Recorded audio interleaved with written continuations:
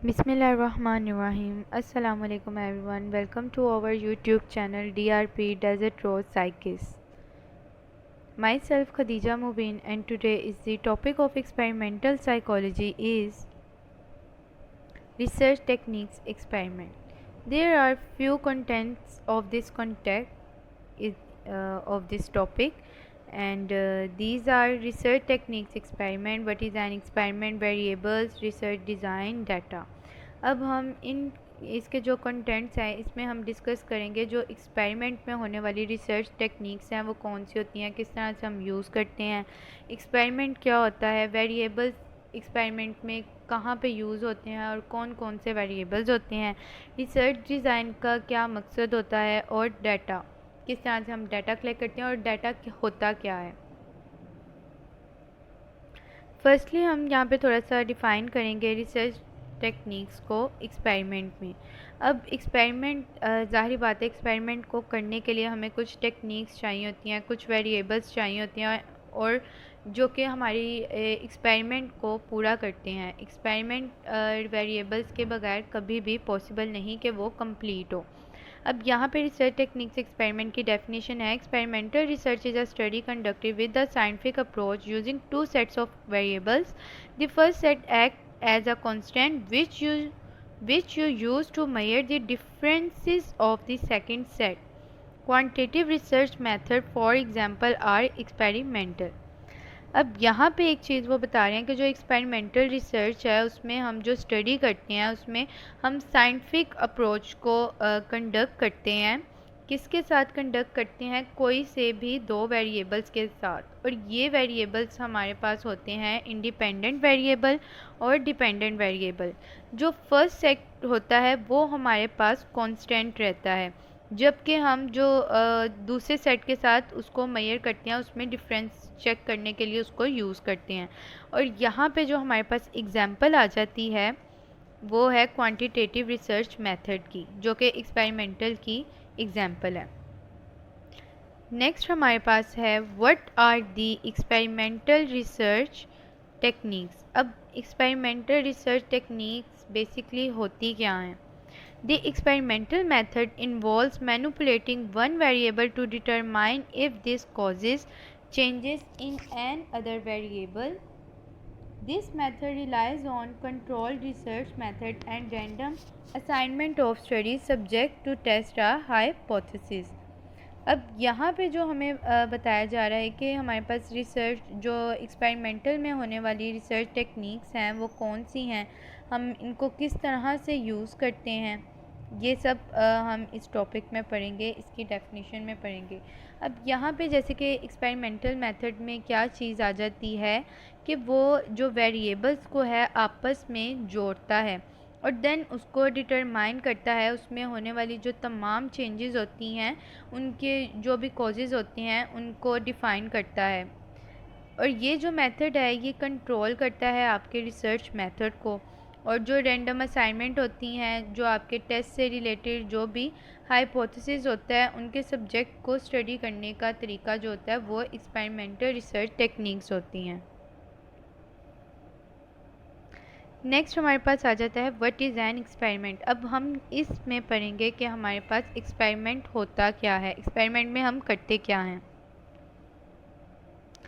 In experimental research, an experiment is a controlled procedure used to investigate cause and effects relationships.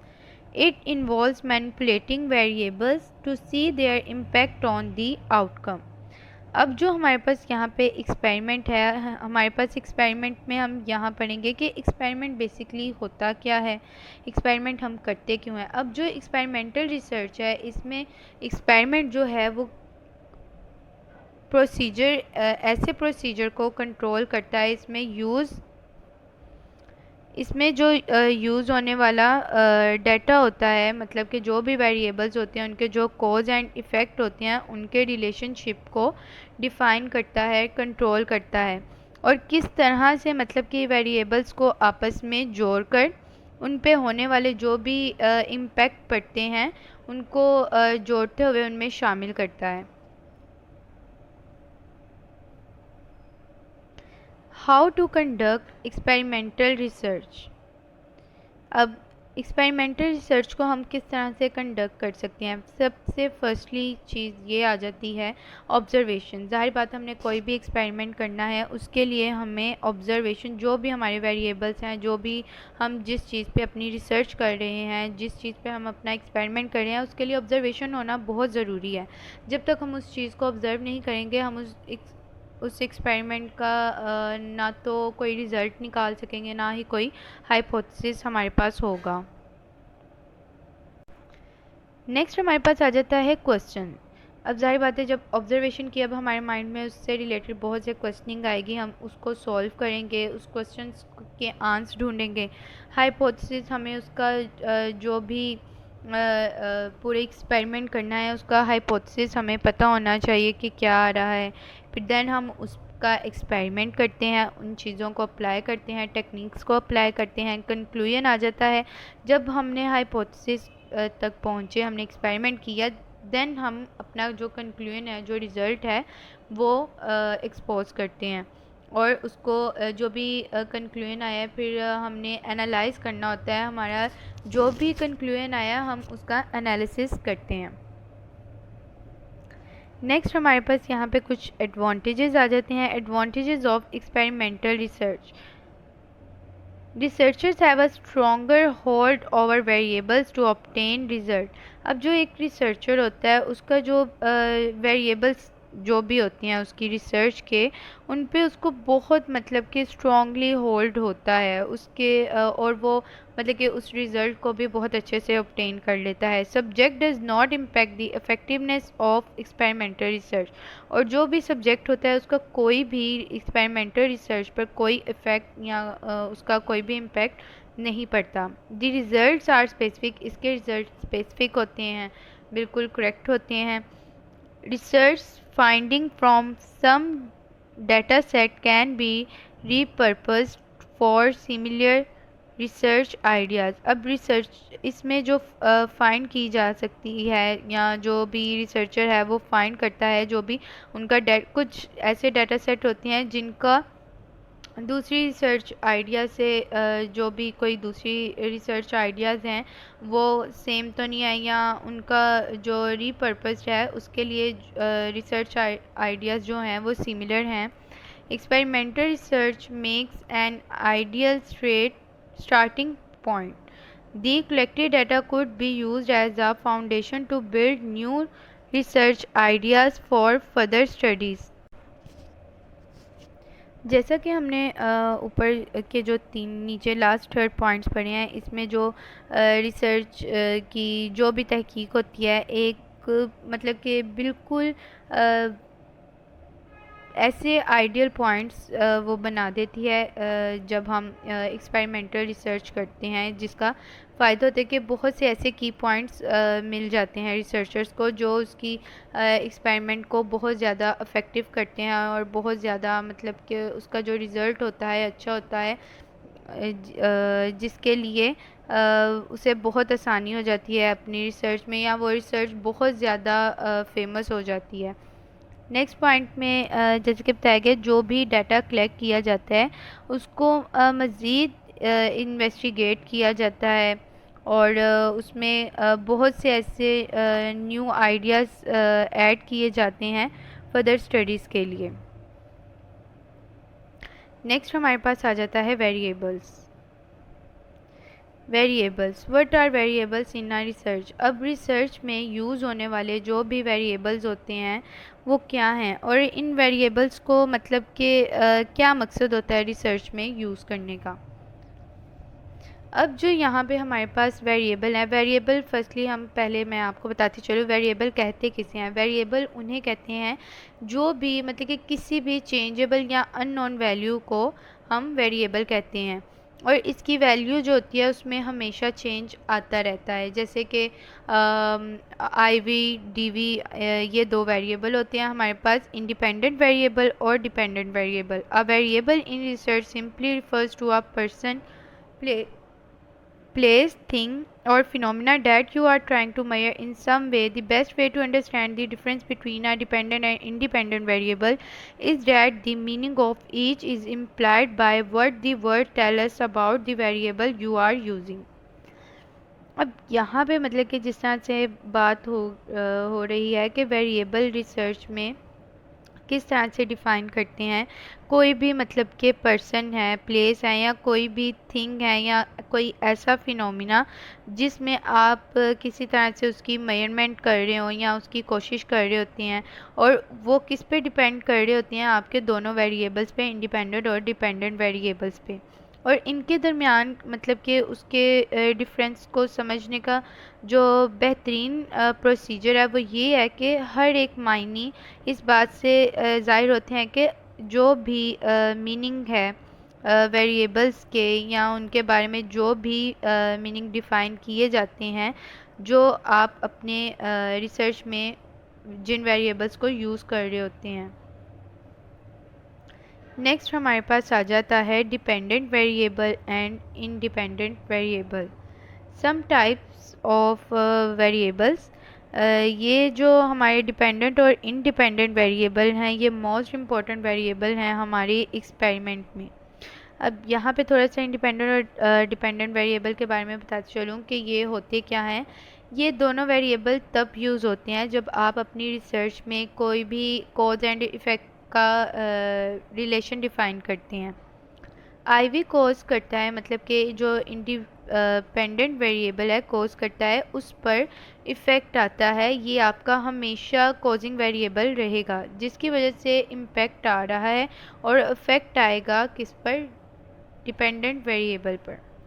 अब यहाँ पे हमारे पास छोटी छोटी सी डेफिनेशंस डिफ़ाइन की गई हैं इंडिपेंडेंट वेरिएबल के बारे में कि इंडिपेंडेंट वेरिएबल जो है वो एक ऐसा वेरिएबल है जो कि मैनिपुलेट करता है कंट्रोल और चेंज के दरमियान, एक दूसरे को मैनिपुलेट करता है। It is what the researcher studies to see its relationship और इफ़ेक्ट, मतलब कि यही बात आ गई कि रिसर्चर उसमें जो है वो रिलेशनशिप फाइंड करता है इफ़ेक्ट और कॉज का। नेक्स्ट हमारे पास आ जाता है जैसे कि यहाँ पे उन्होंने एक पॉइंट दिया प्रिज्यूम और पॉसिबल कॉज, मतलब कि आपका कॉज और इफ़ेक्ट का रिलेशन आ गया। डिपेंडेंट वेरिएबल में अब क्या होता है कि dependent variable are the outcome variables and are the variables for which we calculate statistics. अब डिपेंडेंट वेरिएबल में क्या होता है कि हम इसमें जो भी आपकी स्टैटिक्स से रिलेटेड या स्टैटिकली जो भी वैल्यूज़ हैं उनको कैलकुलेट करती है। The variable which changes and on account of independent variable is known age dependent variable, i.e. it is influenced or affected by the independent variable presumed result effect। अब ऊपर जो हमारे पास इंडिपेंडेंट वेरिएबल था उसका result क्या आया था, पॉसिबल कॉज, और इसका प्रिज्यूम रिज़ल्ट क्या आया है, इफ़ेक्ट। अब डिपेंडेंट वेरिएबल में ये चीज़ बताई जा रही है कि किस तरह से वो इसमें यूज़ होने वाले जो भी आउटकम वेरिएबल्स हैं उनको किस तरह से स्टैटिकली हम कैलकुलेट करते हैं। जो डिपेंडेंट वेरिएबल है मतलब इंडिपेंडेंट वेरिएबल में क्या होता है कि उसमें जो भी चेंजिंग आती है वो किस पे डिपेंड करती है, डिपेंडेंट वेरिएबल पे। यानी ये जो है एक लिहाज से पूरा अफेक्ट होता है इंडिपेंडेंट वेरिएबल पे। डिपेंडेंट वेरिएबल पूरी तरह से अफेक्ट होता है डिपेंडेंट वेरिएबल पर। नेक्स्ट हमारे पास यहाँ पे आ जाता है मॉडरेटिंग वेरिएबल। अब मॉडरेटिंग वेरिएबल्स में हमें क्या पढ़ते हैं, मतलब कि मॉडरेटर वेरिएबल या moderating variable. It is a special type of independent variable. The independent variables relationship with the dependent variable many change under different conditions. That condition is the moderator variable. That factor which is measured, manipulated or selected by the experimenter to discover whether it modifies the relationship of the independent variable to an observed phenomena। अब यहाँ पे क्या आ जाता है कि हमारे पास moderator variable में हम क्या चीज़ डिफ़ाइन करते हैं, इसमें जो रिलेशनशिप को फाइंड किया जाता है वो ज़्यादा या कम वेरिएबल को करता है। जैसे कि यहाँ पे एक एग्जांपल ली जाती है कि फ़ैन है, फ़ैन इसकी मतलब कि बहुत ईजी एग्जांपल है किस तरह से मॉडरेटिंग वेरिएबल में हम उसके रिलेशन को कम या ज़्यादा करते हैं। अगर एक इधर बहुत ईजी एग्जांपल दी जाए तो वो फ़ैन की है कि फ़ैन के साथ एक डिमर होता है जिसकी मूवमेंट से हम फ़ैन की हवा को कम या ज़्यादा कर देते हैं, मतलब कि ये दोनों रिलेशनशिप आगे कम और ज़्यादा का, ठीक है। और इसमें जैसे कि जो फैक्टर डिफ़ाइन किए जाते हैं वो मेजरमेंट होती है, जो कि एक्सपेरिमेंट जो है अपने जो भी रिलेशनशिप है इंडिपेंडेंट वेरिएबल का उसको ऑब्ज़र्व करके उन वेरिएबल्स की ऑब्ज़र्वेशन के बाद उनको मेजर करता है, मैनिपुलेट करता है और सिलेक्ट करता है। नेक्स्ट हमारे पास आ जाती है quantitative and qualitative variables. Quantitative variables are ones that exist along a continuum that runs for low to high interval, and ratio variables are quantitative. Quantitative variables are sometimes called continuous variables because they have a variety continuum characteristics. Height in inches and scores on a test would be examples of quantitative variables. अब यहाँ पे जो हमारे पास quantitative variable और qualitative variables हैं इनमें दो चीज़ें डिफ़ाइन की गई हैं कि किस तरह से क्वांटिटेटिव वेरिएबल्स जो हैं वो एग्जिस्ट करते हैं कॉन्टिनम के साथ, और मतलब कि इसमें जो डिफ़ाइन किया जाता है वेरिएबल्स का रिलेशन लो टू हाई, मतलब कि बहुत कम से ज़्यादा। Interval and ratio variables are quantitative, मतलब कि अगर आपके कोई भी क्वांटिटेटिव वेरिएबल है उसमें बेसिकली दो चीज़ें आएंगी, रेशियो वेरिएबल्स आएंगे और इंटरवल आएगा, ये आपकी क्वांटिटेटिव वेरिएबल्स होते हैं। अब क्वांटिटेटिव वेरिएबल्स को समटाइम्स हम कॉन्टीन्यूस वेरिएबल्स भी कहते हैं क्योंकि इसमें जो करैक्टरिस्टिक्स होती हैं क्वांटिटेटिव वेरिएबल्स की जो भी खसूसियात होती हैं वो एक तसलसल मतलब कि कॉन्टिनम के मुसलसल होती रहती है। इसमें इंच में ऊंचाई और टेस्ट में स्कोर जो है वो एग्जांपल आ जाती है आपकी क्वांटिटेटिव वेरिएबल्स की। नेक्स्ट हमारे पास आ जाता है continuous and discontinuous variables. If the values of a variable can be divided into fractions, then we call it a continuous variable. Such a variable can take infinite number of values. Income, temperature, age or a test score are example of continuous variable. Then these variables may take on values within a given range or in some cases an infinite set. जैसे कि हमारे पास continuous और discontinuous में क्या आ जाता है, अब कंटिन्यूस वेरिएबल किस तरह से होंगे कि वेरिएबल्स की ऐसी वैल्यू को मतलब कि डिफरेंट फ्रैक्शंस में डिवाइड कर देना क्या कहलाता है, कंटिन्यूस वेरिएबल कहलाता है। ऐसा वेरिएबल मतलब कि जिसमें इन्फिनिटी हो नंबर्स की उसमें वैल्यूज़ की, जैसे कि इसमें आ जाता है आपकी इनकम आ जाती है, टेम्परेचर आ जाता है, एज आ जाती है और टेस्ट स्कोर आ जाते हैं। ये सब एग्जांपल है कंटिन्यूस वेरिएबल्स की। और ये वेरिएबल्स एक दी गई जो हद होती है, रेंज होती है, उनके अंदर उस रेंज को लाकर मतलब कि उसके इक़दार को ले सकते हैं। बाद सूरतों में ये एक मतलब कि इनफिनिट सेट होता है। नेक्स्ट हमारे पास आ जाता है एक्सट्रेनियस वेरिएबल। अब इस वेरिएबल्स में क्या होता है ये हम पढ़ते हैं। It happen sometimes that after completion of the study we wonder that the actual result is not what we expected. In spite of taking all the possible measures, the outcome is unexpected. It is because of extraneous variables. Variables that may affect research outcomes but have not been adequately considered in the study are termed as extraneous variables. Extraneous variables exist in all studies and can affect the measurement of study variables and the relationship among these variables. अब extraneous variables में हम क्या discuss करते हैं, ये हमारे result को change कर देती है। जो एक्सट्रेनियस वेरिएबल्स होते हैं ये हमारे जो भी उसका रिज़ल्ट होता है उसको चेंज कर देती हैं, या तो एक्चुअल रिज़ल्ट मिल भी जाता है और कभी कभी बिल्कुल अनएक्सपेक्टेड चीज़ जो होती है इसमें, मतलब कि वेरिएबल्स का जो रिज़ल्ट होता है वो हमें मिलता है। नेक्स्ट हमारे पास आ जाता है कंट्रोल वेरिएबल। कंट्रोल वेरिएबल्स में हमारे पास कुछ चीज़ें आती हैं। Sometimes certain characteristics of the object under scrutiny are deliberately left unchanged. These are known as constant or control variables. The variables that are not measured in a study, in a particular study, must be held constant, neutralized, balanced, or eliminated so they will not have a biasing effect on the other variables. In the ice cube experiment, one constant or controllable variable could be the size and shape of the cube. By keeping the ice cubes sizes and shapes the same, it's easier to measure the differences between the cubes as they melt after shifting their position, as they all started out as the same size. अब control variables में हमारे पास क्या होता है कि sometimes ऐसे हो जाए कि कुछ करेक्टरिस्टिक्स जिनको जांचने के लिए उनकी बाज़ खसूसियात को जानबूझकर कोई तब्दीली नहीं की जाती, या उसमें कांस्टेंट या फिर जो कंट्रोल वेरिएबल्स होते हैं उनके तौर पे इसको जाना जाता है।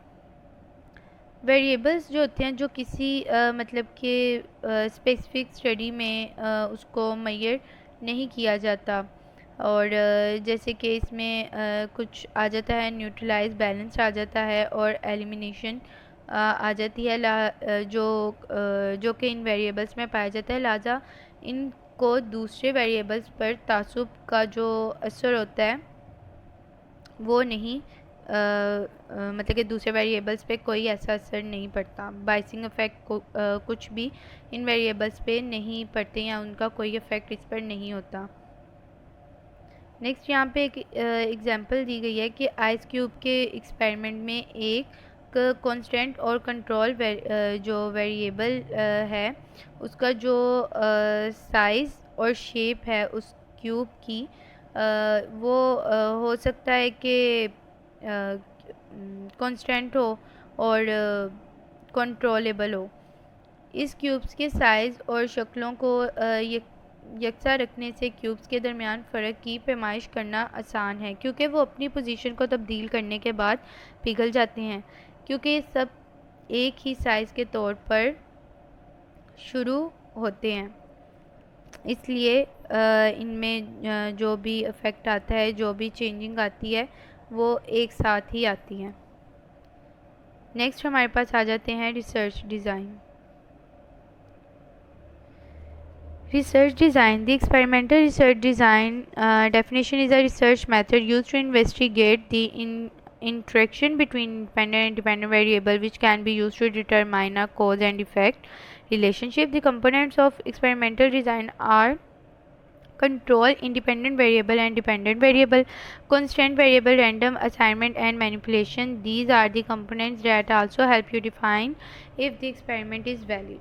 अब यहाँ पे जो हम रिसर्च डिज़ाइन है, रिसर्च डिज़ाइन में हम क्या करते हैं, इसमें हम जो कि रिसर्च डिज़ाइन में जो रिसर्च होती है उसके मेथड को यूज़ करके हम इन्वेस्टिगेट करते हैं इंडिपेंडेंट और डिपेंडेंट वेरिएबल में होने वाले इंट्रैक्शन को, और साथ ही हम इसमें यूज़ करते हैं कॉज और इफ़ेक्ट के रिलेशनशिप को, जिससे जो हमारा रिसर्च डिज़ाइन है वो कंप्लीट होता है। नेक्स्ट यहाँ पे एक टेबल है एक्सपेरिमेंटल रिसर्च डिज़ाइन, जिसकी 4 टाइप्स हैं: pre experimental, true experimental, quasi experimental और स्टैटिस्टिकल। फर्स्ट हमारे पास आ जाए प्री एक्सपेरिमेंटल। अब प्री एक्सपेरिमेंटल की हमारे पास फर्स्ट टाइप आ जाती है कि 1 shot case study, 1 group pre test, post test, static group. अब जो हम पढ़ेंगे कि जो एक्सपेरिमेंट रिसर्च डिज़ाइन होता है जिसमें हम मैनिपुलेट करते हैं इंडिपेंडेंट और डिपेंडेंट वेरिएबल को, और फिर उसके बाद उसके अफेक्ट को मैनिपुलेट करते हैं डीवी में। मतलब 2 फैक्टर्स होते हैं जिसको हम आईवी डीवी में चेंज कर देते हैं। अब यहाँ पे जो हमारे पास फर्स्ट टाइप है प्री एक्सपेरिमेंटल की, इसमें हम क्या करते हैं, इसमें मतलब कि प्री एक्सपेरिमेंटल डिज़ाइन में कोई कंट्रोल, जिसमें कोई कंट्रोल नहीं होता एक्सट्रेनियस वेरिएबल्स पर। ठीक है। और ये डिज़ाइन रैंडमली भी नहीं होता, ये सिंपल मेथड होता है और अनएक्सपेंसिव होता है। नेक्स्ट हमारे पास प्री एक्सपेरिमेंटल की सब टाइप आ जाती है वन शॉट केस स्टडी। अब वन शॉट केस स्टडी में क्या आ जाता है, ये सिंपल डिज़ाइन होता है, मतलब इसमें कोई टेस्ट नहीं करते और ना ही कोई कंट्रोल ग्रुप होता है। अनदर टाइप आ जाती है प्री एक्सपेरिमेंटल की one group pre test post test. अब इसमें क्या आ जाता है, इसमें कोई ग्रुप कंट्रोल नहीं होता, ठीक है। ये मतलब कि इजीली काम अपना कर रहा होता है। नेक्स्ट हमारे पास आ जाता है स्टैटिक ग्रुप। स्टैटिक ग्रुप में क्या होता है, इसमें एक्सट्रेनियस ग्रुप और कंट्रोल ग्रुप मौजूद होते हैं।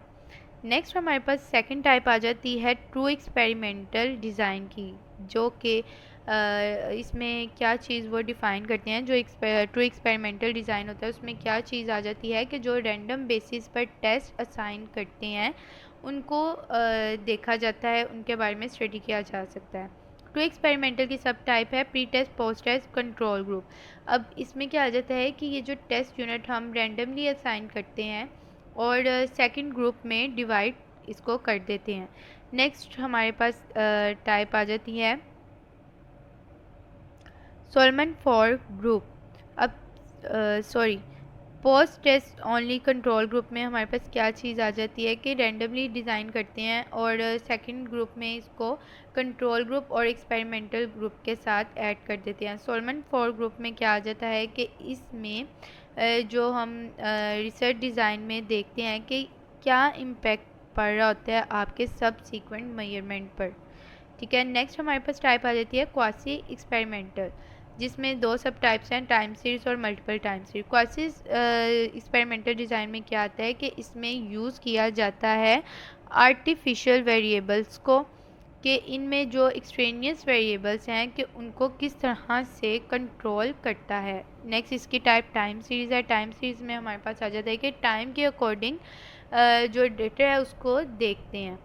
मल्टीपल टाइम सीरीज़ में क्या आ जाता है, इसमें हम चेक करते हैं जो रिसर्चर क्रिएट करता है कंट्रोल ग्रुप को और फिर इसको इन्हेंस करता है और इसकी एबिलिटी को देखता है। नेक्स्ट टाइप आ जाती है स्टैटिकल डिज़ाइन। स्टैटिकल डिज़ाइन में अब क्या आ जाता है, इसमें आप कलेक्शन करते हैं एक्सपेरिमेंटल डिज़ाइन की उसके एक्सपेरिमेंटल डिज़ाइन की बेसिस पर। ये स्टैटिस्टिकली कंट्रोल करता है वेरिएबल्स को। ये सोफिस्टिकेटेड होता है और एनालाइज करता है एक्सट्रेनियस वेरिएबल पर इसका इन्फ्लुएंस क्या है। नेक्स्ट हमारे पास आ जाता है डाटा। अब डाटा क्या है, research data is any information that has been collected, observe, generated और created to validate original research finding. Research data may be arranged or formatted in such a ways as to make it suitable for communication, interpretation and processing. Data comes in many formats, both digital and physical. अब यहाँ पे हमारे पास जो है data हमें experiment करने के लिए ज़ाहिर बात है डाटा की तो ज़रूरत होगी।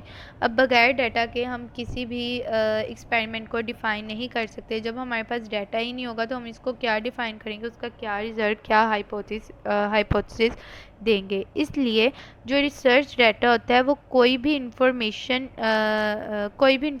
है, रिसर्च डाटा की जो कोई भी इंफॉर्मेशन है वो बेसिकली ऑब्ज़र्व करती है, कलेक्ट की जाती है और फिर क्रिएट किया जाता है उसको ओरिजिनल रिसर्च की फाइंडिंग के लिए। अब जो रिसर्च डाटा है वो अरेंज करता है और उसका जो फॉर्मेटेड होता है वो किस पे बेस कर रहा होता है, कम्युनिकेशन पर, इंटरप्रिटेशन पर और प्रोसेसिंग पर। अब जो डाटा है वो डिफरेंट फॉर्म्स में हो सकता है, आपको दो फॉर्मेट्स की फॉर्म में मिल सकता है, एक डिजिटल और एक फिज़िकल। नेक्स्ट हमारे पास आ जाता है what is data in research and it's type. अब हमारे पास यहाँ पे आ जाता है कि डाटा है क्या और इसकी टाइप्स क्या हैं। Research data refers to any information or evidence gathered through systematic investigation or experimentation to spot or refute a hypothesis or answer a research question. It includes both primary and secondary data and can be in various formats such as numerical, textual, audio visual और visual.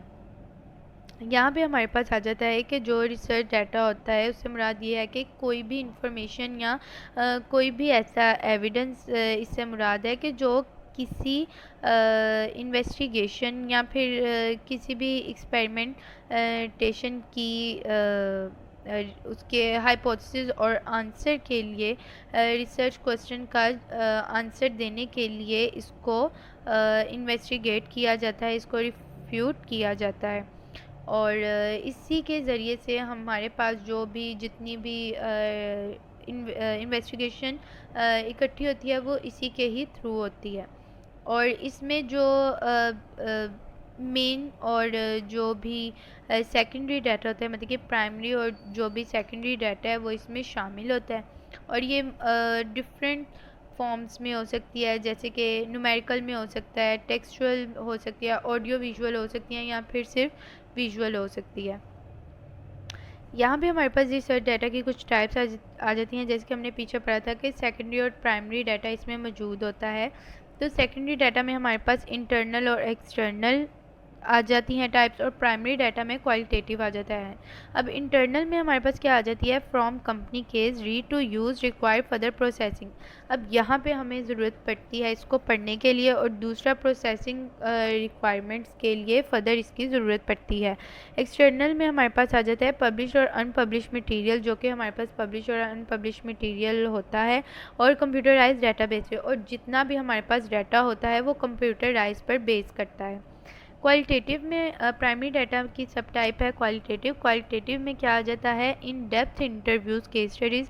अब जो हमारे पास इसमें in depth interviews आते हैं, मतलब कि वो केस स्टडी होती है जिसको हम बहुत ही डीपली इन्वेस्टिगेट करते हैं, इसका डाटा कलेक्ट करते हैं। और क्वेश्चनेयर सर्वेस। और प्राइमरी डाटा में हमारे पास दो तरह की चीज़ें आ जाती हैं, एक केस स्टडी आ जाता है, और दूसरा क्वेश्चनेयर सर्वेज होते हैं, मतलब कि हम डिफरेंट ऑफिस, स्कूल्स या कोई भी अलग-अलग जगहों से डिफरेंट प्रोफेशनल जो भी चल रही है लाइफ लोगों की, उनसे हम कुछ सर्वे करवाते हैं जो कि क्वेश्चंस पर बेस करते हैं, इसलिए इसको क्वेश्चनेयर सर्वे कहा जाता है। Thank you so much. Like, subscribe and comment the comment section.